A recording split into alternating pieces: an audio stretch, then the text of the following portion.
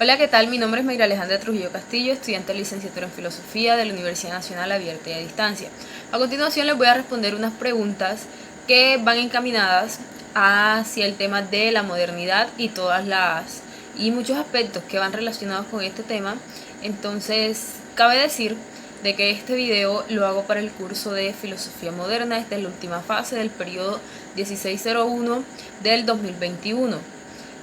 Bueno, para empezar, el primer interrogante dice que ¿qué es la modernidad y cuáles son sus características y causas? Entonces, bueno, si nosotros empezamos o partimos de que la visión más común sobre la modernidad hace referencia a un nuevo tipo de sociedad que surge a partir de las grandes transformaciones producidas en Europa y América del Norte y que culminaron con las revoluciones industriales, democráticas, iniciadas a finales del siglo XVIII y principios del siglo XIX.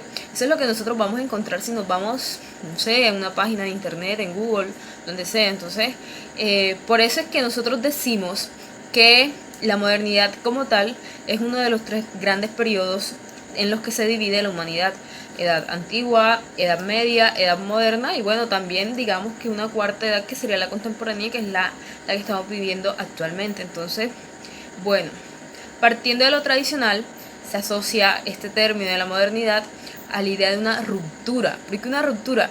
Pues esta presentó con el Renacimiento una ruptura con los paradigmas dominantes en la Edad Media. Me refiero, en términos de pensamiento filosófico, político, artístico, religioso, etcétera. Bueno, en cuanto a la modernidad, pues las naciones se vieron transformadas en aspectos como su organización, pues el Estado antes en manos de la monarquía y la iglesia se seculariza, permitiendo la aparición del poder republicano guiado por la racionalidad y la justicia. En este periodo se establecen constituciones donde son recogidas las leyes que regulan a la sociedad, es creado un conjunto de instituciones para garantizar la protección de las libertades y los derechos de los ciudadanos, para lo cual el poder público es dividido en tres diferentes instancias, lo que se conoce como el poder ejecutivo, el legislativo y el judicial. Y así pues se controlan mutuamente. Es por esto, o sea, si ven, ya vamos apenas empezando y se van evidenciando los grandes cambios que trajo la modernidad consigo. Entonces, también se puede decir que durante la modernidad hubo lugar para la revolución industrial y el posterior proceso de industrialización, con todos los adelantos tecnológicos que trajo consigo, que tendrán lugar en buena parte del mundo. Esto modifica profundamente en el seno de las sociedades de relaciones económicas y productivas entre los individuos, dando paso a la emergencia de una sociedad industrial y urbana que rompe con la antigua sociedad preindustrial, rural y tradicional. Entonces, hasta este momento nos vamos dando cuenta que la modernidad hizo de que las sociedades trascendieran. Bueno, continuando con la segunda pregunta o el segundo interrogante que está planteado en esta guía de trabajo, es en relación con el racionalismo. ¿Qué es y en qué consiste el racionalismo?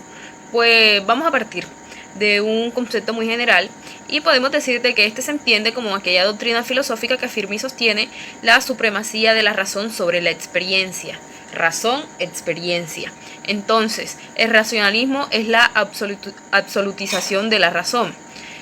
Podemos decir también de que la tesis de racionalismo se caracteriza por lo real, por los conceptos o sistemas mentales y a la explicación de la ciencia en términos lógicos. Este movimiento filosófico surge en el siglo XVII y suele ser señalado como padre del racionalismo al filósofo René Descartes. Entonces, este argumentaba que la única vía para llegar a obtener verdades universales de las cuales emanan todos los restantes conocimientos de la ciencia es la razón. Es decir, este señor filósofo decía que solamente se obtenían las verdades universales a través de la razón, de lo real, de la razón. Entonces, pues es por ello que el racionalismo dice que la razón es la generadora del saber y que estos conocimientos son innatos en el ser, pero que estos se encuentran ocultos en nuestra mente. Es una situación bastante, esto último que les comento, como bastante complejo de entender, más aún así es lo que plantea como tal el racionalismo. Entonces, algo que de pronto contradice un poco esta teoría, es precisamente tiene que ver con una tercera pregunta en esta guía, tiene que ver con el empirismo, qué es y en qué consiste pues.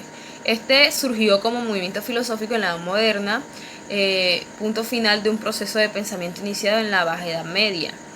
En este momento, las nuevas teorías filosóficas, o sea, en ese momento, en ese periodo de trascendencia del pensamiento de la Edad Media a la modernidad, las teorías filosóficas y de la revolución científica estaban renovando el pensamiento de Occidente, proponiendo dos métodos de investigación y dos modelos de pensamiento filosófico, el empirismo y el racionalismo.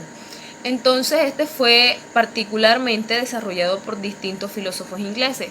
Es por esto que se conoce mucho como el empirismo inglés, o se habla mucho de esa forma, como el empirismo inglés. Si nosotros nos vamos a las características de este movimiento filosófico, podemos decir de que principalmente se valoró la realidad sensible y perceptible como el origen de todas las ideas, es decir, que el mundo primero se percibe y luego se piensa o imagina. O en otras palabras, el ser humano aprende a través de sus sentidos. Otra característica es que se sostuvo que el conocimiento es subjetivo y que no existían ideas preconcebidas, sino que se nace con la mente en blanco entre comillas.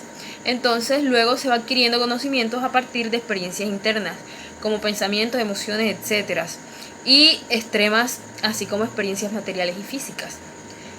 Una última característica importante puede decirse que se opuso al racionalismo y al historicismo como teorías del conocimiento. Al mismo tiempo continuó y valoró la crítica nominalista comenzada en la Baja Edad Media en cuanto al llamado problema de los universales. Entonces estas son más que todo las características de este movimiento filosófico. Si nos basamos en su importancia, podemos decir de que el empirismo, pues como todos los movimientos filosóficos a lo largo de la historia de la filosofía en sus diferentes periodos históricos, podemos decir de que este sí tuvo un gran impacto, pues fue una escuela fundamental en el surgimiento de corrientes de pensamiento futuros. Por ejemplo, permitió el surgimiento del pensamiento científico y del método científico, dentro del cual jugó un rol muy importante un pensamiento empírico moderno, nacido a raíz del que sostenía el empirismo inglés. Entonces, bueno, eso en cuanto al empirismo. Ya les comenté sobre la modernidad, el racionalismo y el empirismo. Una cuarta pregunta o un cuarto punto de la guía nos piden que hablemos sobre el idealismo, qué es y en qué consiste. Pues este también es un conjunto de corrientes filosóficas que se opone al materialismo. Afirma que para comprender la realidad no alcanza con el objeto en sí, que es percibido por los sentidos, sino que es necesario tener en cuenta las ideas, los sujetos pensantes y el propio pensamiento. Es así como el idealismo fue de gran influencia en el pensamiento filosófico a lo largo de la historia, pues motivó a los pensadores a desconfiar de la percepción de sus propios sentidos para ampliar su capacidad de comprensión de la realidad. Entonces se distinguen cinco tipos de corrientes idealistas, como es el idealismo platónico, el idealismo objetivo, el idealismo subjetivo, que ya van 3, el cuarto sería el idealismo alemán, y por último tenemos el idealismo trascendental.